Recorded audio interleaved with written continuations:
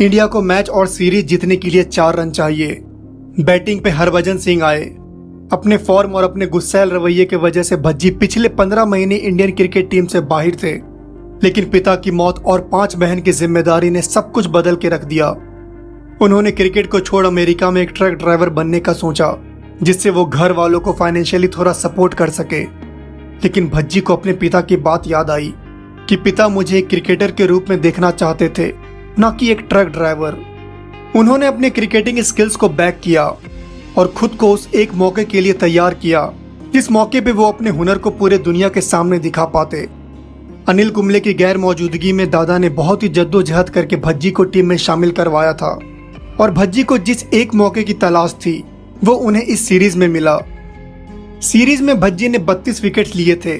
Next best Indian bowler Zaheer Khan और सचिन तेंदुलकर, जिन्होंने पूरे सीरीज में 3-3 विकेट लिए थे। भज्जी ने आज ही सुबह 8 विकेट लेकर ऑस्ट्रेलिया को 264 रन पे ऑल आउट किया। इतनी मेहनत और मुशक्कत करने के बावजूद आखिरी 4 रन भज्जी को ही मारना था। ये इस कहानी का एंड है। इस कहानी की शुरुआत होती है 25 मार्च 1998 को, India versus Australia, 3rd test. Australia के खिलाफ सीरीज के लिए 17 साल के हरभजन को टीम में शामिल किया गया, बावजूद इसके कि डोमेस्टिक क्रिकेट में ऐसे भी गेंदबाज मौजूद थे जिनके आंकड़े भज्जी से बेहतर थे। फिर टीम में उनकी सिलेक्शन की क्या वजह थी?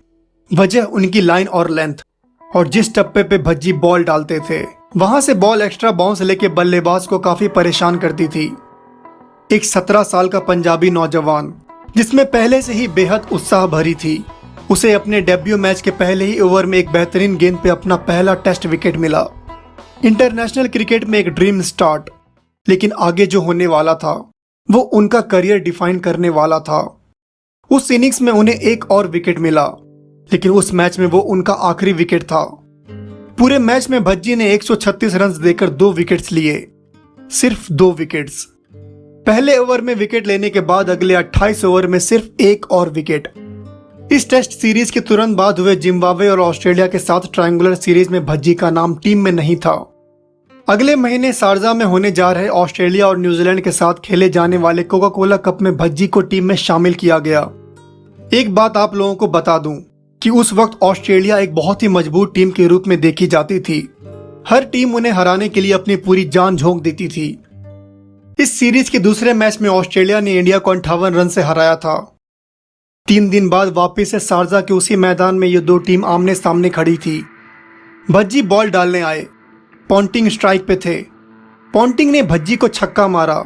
अगले बॉल पे पॉन्टिंग ने आगे बढ़ के सामने शॉट मारने की कोशिश की, पर बीट हुए और कीपर मोंगिया ने उन्हें स्टंप कर दिया। भज्जी की रिएक्शन देखिए, आंख में वो आग और जुबान पे कुछ शब्द।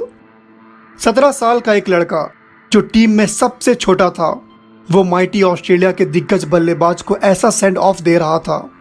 मैच रेफरी ने उन्हें एक मैच के लिए बैन कर दिया। बस इतना ही था। फिर न जाने क्या हुआ, उन्हें टीम से ड्रॉप कर दिया गया। उनके लिए टीम में जगह नहीं थी और सेलेक्टर्स के रडार से वो ओझल हो चुके थे। कुछ महीने बाद उन्हें एक नया टैग मिला, चक्कर। सस्पेक्ट बॉलिंग एक्शन के सुधार के लिए उन्हें 5 महीने इंग्लैंड में गुजारने थे। वापसी के बाद इंडियन टीम में और दूसरे स्पिनर्स आ चुके थे। अपने उसी गुस्सैल स्वभाव की वजह से नेशनल क्रिकेट एकेडमी से भी उन्हें बेदखल कर दिया गया और पंजाब के रणजी टीम से भी उन्हें निकाल ही दिया जाता। शुक्र हो उन सीनियर्स का जिन्होंने भज्जी पे भरोसा रखा और ऐसा होने से रोका। और भी कुछ बुरा हो सकता था। हाँ, पिता का देहांत। पीछे रह गए एक भज्जी, उनकी माँ और 5 बहन की जिम्मेदारी। घर को चलाने की जद्दोजहद में क्रिकेट उनसे दूर जाता दिख रहा था। अपने दोस्त की तरह वो अमेरिका जाके एक ट्रक ड्राइवर बनने वाले थे, जिससे वो अपने फैमिली को थोड़ा फाइनेंशियली सपोर्ट कर सके। लेकिन उन्हें अपने पिता की बात याद आ गई। इस ख्याल के बाद उनके आंख में आंसू आ गए कि पिता मुझे एक क्रिकेटर के रूप में देखना चाहते थे, ना कि एक ट्रक ड्राइवर के रूप में। भज्जी ने अपनी क्रिकेटिंग स्किल्स को बैक करने का फैसला किया। उन्होंने खुद से सिर्फ 3 सवाल किए। पहला, कि मुझे टीम से क्यों ड्रॉप किया गया। दूसरा, अब मैं टीम में वापसी के लिए क्या कर सकता हूं। और तीसरा, क्या मेरे पास कोई और ऑप्शन है। तीसरे सवाल का जवाब तो साफ ना था। भज्जी दूसरे सवाल का जवाब ढूंढने निकल पड़े। उन्होंने अपनी सभी ट्रेनिंग और ड्रिल्स को 2 गुनी कर दिया। 11 बजे से देर शाम तक वो ग्राउंड पे ही रहते। बॉलिंग, बैटिंग, फील्डिंग करके ग्राउंड के 15-20 चक्कर लगाते। कुछ पाने का जो जुनून होता है ना, जुनून, वो उनमें था। और जब आप किसी चीज को शिद्दत से पाने की कोशिश करते हो तो ऊपर वाला आपको रास्ता जरूर दिखाता है। डोमेस्टिक सर्किट में भज्जी पहले से भी और मंझी गेंदबाजी कर रहे थे और फिर आया वो मौका जिसने इंडिया को एक ऐसा प्लेयर दिया कि जब भी किसी ऑफ स्पिनर को याद किया जाए, हरभजन सिंह का नाम खुद ब खुद उसके बाद लिया जाए। मार्च 2001। पिछले 15 महीने भज्जी टेस्ट क्रिकेट से बाहर थे। इंडिया के बेहतरीन स्पिनर अनिल कुंबले इंजरी के कारण टीम का हिस्सा नहीं बन सकते थे और माइटी ऑस्ट्रेलिया, जिन्हें पिछले 15 टेस्ट मैच में दुनिया की कोई भी टीम नहीं हरा पाई थी, वो हमारे देश टूर पे आ रही थी। टूर्नामेंट से पहले ऑस्ट्रेलियन कप्तान स्टीव वॉ ने कहा, हम 16वां, 17वां और 18वां टेस्ट मैच जीतने आ रहे हैं। दादा, जो कि उस वक्त इंडियन टीम के कप्तान थे, भज्जी उनके रडार में थे और उन्होंने सेलेक्टर्स को तुरंत बेंगलोर में होने वाले इंडियन कैंप में भज्जी को शामिल करने को कहा। ऑस्ट्रेलिया के खिलाफ वार्म अप मैच में भज्जी शानदार गेंदबाजी कर रहे थे। वीवीएस लक्ष्मण इंडिया ए टीम के कप्तान थे। वो स्लिप से भज्जी की बॉलिंग देख रहे थे। लक्ष्मण भी भज्जी की बॉलिंग देख के हैरान रह गए। एक स्पिनर इंडियन पिच से इतनी बाउंस कैसे जनरेट कर रहा है। ऑस्ट्रेलियंस भी हैरान थे। लंच के वक्त दादा ने स्पिनर्स की परफॉर्मेंस जानने के लिए लक्ष्मण को कॉल किया। लक्ष्मण ने दादा को भज्जी के बारे में बताया। दादा ने उनसे तुरंत कहा, अब भज्जी को बॉलिंग मत देना। ऑस्ट्रेलियन के सामने भज्जी को अब और एक्सपोज मत करो। लंच के बाद बॉलिंग ना दिए जाने पर भज्जी लक्ष्मण से बहस करने लगे, लेकिन जब लक्ष्मण ने दादा से की हुई सारी बातें उन्हें बताया तब भज्जी शांत हुए। पहले टेस्ट मैच में ऑस्ट्रेलियन कप्तान स्टीव वॉ ने टॉस के वक्त कहा, इंडियन टीम का फॉर्म खराब है और उन्होंने हाल में ज्यादा टेस्ट मैचेज नहीं खेले हैं, तो हम लोग पहले बॉलिंग करेंगे और अपना 16वां लगातार टेस्ट मैच जीतेंगे। इंडियन पिच पे जहां 4th इनिंग्स में बॉल बहुत ज्यादा स्पिन करता है, कोई भी टीम टॉस जीत के पहले बल्लेबाजी करता है। ऑस्ट्रेलिया ने उसका ठीक उल्टा किया और उन्होंने जो कहा वो करके भी दिखाया। मैच 3 दिन में खत्म हो गया। ऑस्ट्रेलिया ने सिर्फ 3 दिन के अंदर इंडिया को उनके ही घर में 10 विकेट से हराया। दादा पे कप्तानी छीने जाने का दबाव था। उन्हें इस सीरीज और अपने कप्तानी दोनों को बचाना था। दूसरा टेस्ट मैच कोलकाता में। दादा की परेशानी बढ़ाने के लिए जवगल श्रीनाथ अपने फिंगर इंजरी के कारण इस मैच में नहीं खेल रहे थे और अजीत आगरकर सिकनेस के वजह से टीम से बाहर थे। इस बार ऑस्ट्रेलिया ने टॉस जीत के बैटिंग करने का फैसला किया। लंच तक ऑस्ट्रेलिया का स्कोर था 193 पर 1 विकेट। मैथ्यू हेडन 97 पर खेल रहे थे और जब से हरभजन बॉलिंग पे आए, हेडन ने उन्हें एग्रेसिवली खेला और उन्होंने गलती कर दी। हरभजन के बॉल पे वो आगे बढ़े, बॉल के पिच तक वो नहीं पहुंच पाए। उन्होंने बल्ला घुमाया, बॉल हवा में और सीधा स्क्वायर लेग पे तैनात सब्स्टिट्यूट फील्डर एच.के. बदानी के हाथ में। अब ऑस्ट्रेलिया का स्कोर 252 पर 4 विकेट। रिकी पॉन्टिंग भज्जी के सामने थे, लेकिन इस बार 20 साल के भज्जी में स्थिरता थी। उस आग में कोई कमी नहीं थी, बस उस आग को उन्होंने अपने बॉलिंग में चैनलाइज कर लिया था। इस टूर पे पॉन्टिंग पहले से ही भज्जी के सामने स्ट्रगल कर रहे थे और फिर ये हुआ। भज्जी के ड्रिफ्ट करती बॉल को जो असल में उन्हें फ्रंट फुट पे खेलना चाहिए था, उन्होंने उसे बैक फुट पे खेला।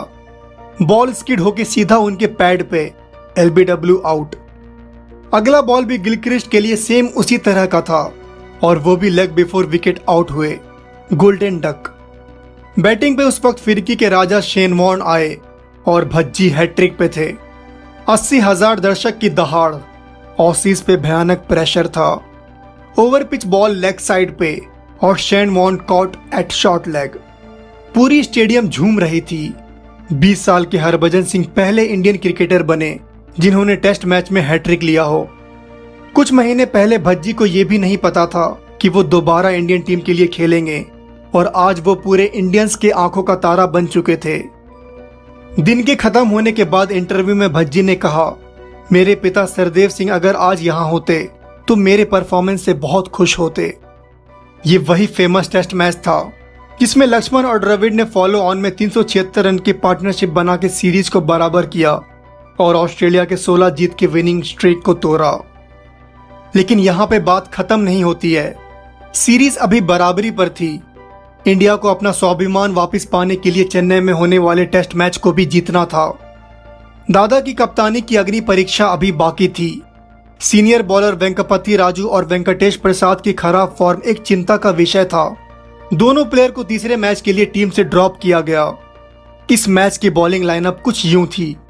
Harbhajan Singh 10 test match, Zaheer Khan 3 test match, Nilesh Kulkarni 2 test और सहराज बाहुतुले का डेब्यू। जहीर खान के साथ दादा गेंदबाजी की ओपनिंग कर रहे थे। चौथा दिन 7वें विकेट की पार्टनरशिप के लिए शेन वॉर्न और स्टीव वॉ ने 30 रन जोड़ लिए थे। ऑस्ट्रेलिया की लीड 131 तक पहुंच चुकी थी। दिन का आखिरी बॉल, शेन वॉर्न स्ट्राइक पे। कोई भी बैट्समैन जल्दी से वो बॉल खेल के पवेलियन नॉट आउट होके जाना चाहेगा, लेकिन दादा के दिमाग में कुछ और ही चल रहा था। वो फील्ड को एडजस्ट करने लगे। पहले खुद को बिना हेलमेट के सिली पॉइंट पे रखा और अब 5वें कैचर एस रमेश को गली पे बुलाया। वो बस वॉर्न को वेट करवा रहे थे। भज्जी ने बॉल फेंका। वो एक धीमी हवा में लहराती ऑफ ब्रेक।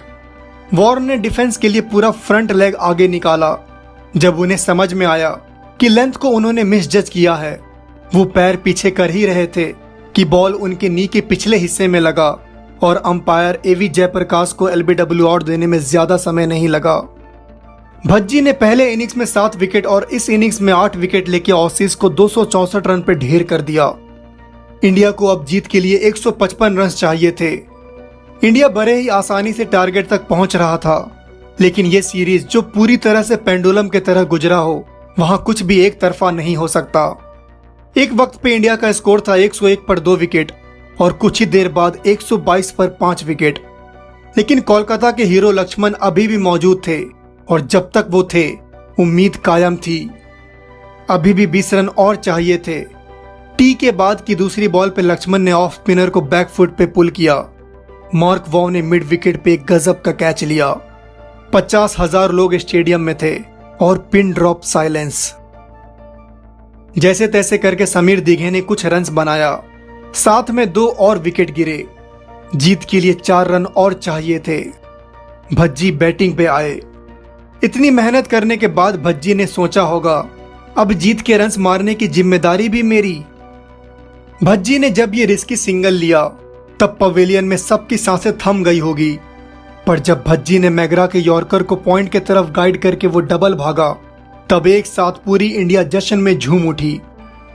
इंडिया वो सीरीज जीत चुकी थी और उस माइटी ऑस्ट्रेलिया को इंडिया ने हराया।